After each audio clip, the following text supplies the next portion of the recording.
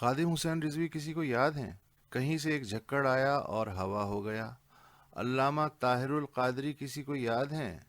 انہوں نے 2 بار آرڈر پہ مال تیار کیا، جہاں ہے اور جیسا ہے کی بنیاد پہ بیچا اور نکل لیے۔ مگر مولانا فضل الرحمان نہ تو کوئی جھکڑ ہیں، نہ ہی آرڈر پہ مال تیار کرنے والے۔ مولانا ایک کل وقتی سیاستداں اور 100 برس پرانی مذہبی سیاسی جماعت کے قائد ہیں۔ اس ملک میں فوج کے بعد اگر کسی کے پاس منظم طاقت ہے تو وہ مولانا ہے۔ بخدا نہ تو یہ قصیدہ ہے، نہ تعلی، نہ خوشامد، نہ طنز۔ میں دل سے یقین رکھتا ہوں کہ مولانا اگر مذہبی سیاسی رہنما کی بجائے کوئی سائنسداں ہوتے تو بھی صف اول میں ہوتے، جرنیل ہوتے تو بنا جنگ کے دشمن کو نہتہ کر دیتے، پروفیشنل شطرنجی ہوتے تو بورس کاسپروف آپ پہ مورچھل جھل رہا ہوتا، موسیقار ہوتے تو اے آر رحمان فضل الرحمان کی پنڈلیاں دبا رہا ہوتا۔ آپ یہ دیکھیں کہ 2 ڈھائی ہفتے سے اس ملک میں ہو کیا رہا ہے۔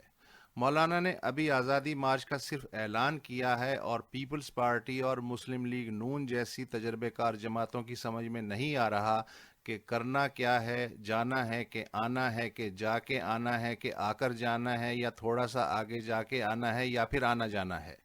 مولانا بذات خود پارلیمنٹ سے باہر ہیں۔ 342 کی قومی اسمبلی میں ان کی جماعت کی 16 سیٹیں ہیں اور 104 سیٹوں کے ایوان بالا میں جمعیت کے 4 سینیٹرز۔ لیکن ان سے تگنی چوگنی سیٹیں رکھنے والی پیپلز پارٹی اور نون تک کی سمجھ میں نہیں آ رہا کہ مولانا کا چہرہ اتنا پرسکون اور باڈی لینگویج اتنی بااعتماد کیوں ہے۔ حکومتی وزراء یہ جاننے کے لیے اندھیرے میں تیر چلا رہے ہیں کہ مولانا کے ہاتھ میں ایسی کیا گیدڑ سنگی ہے کہ وہ لچکدار سیاست کا راستہ چھوڑ تصادم کے راستے پہ چل نکلے ہیں۔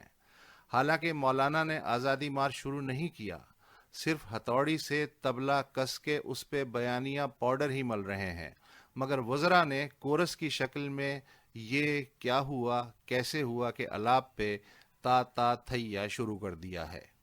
سرکاری بدحواسی کا یہ عالم ہے کہ کبھی مولانا کی پریس کانفرنس چینلوں سے غائب ہو رہی ہے، کبھی میڈیا کو زبانی کہا جا رہا ہے کہ مارچ اور دھرنے کی کوریج نہیں کرنی، کبھی جمعیت علماء اسلام کے نام سے دھرنے کے شرکاء کے لیے جعلی ہدایات، تو کبھی جماعت احمدیہ کا جعلی خط سامنے لایا جا رہا ہے کہ احمدی اس لانگ مارچ میں خاموشی سے شرکت کریں۔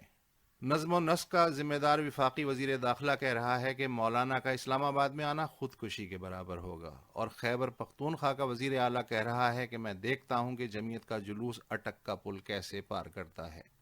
وزیر اعظم عمران خان کو ایران اور سعودی عرب کے مابین ثالثی جتنی آسان محسوس ہو رہی ہے، حزب اختلاف سے معاملہ فہمی سے نمٹنا اتنا ہی مشکل لگ رہا ہے۔ مولانا فضل الرحمان کا آزادی مارچ ہو کہ نہ ہو، کامیاب ہو کہ ناکام، پر ایک بات تو بارے دیگر کھل گئی ہے، برسر اقتدار آنا بچپن کا شوق پورا ہونے جیسا ہو سکتا ہے، مگر حکومت چلانا بچوں کا کھیل ہرگز نہیں۔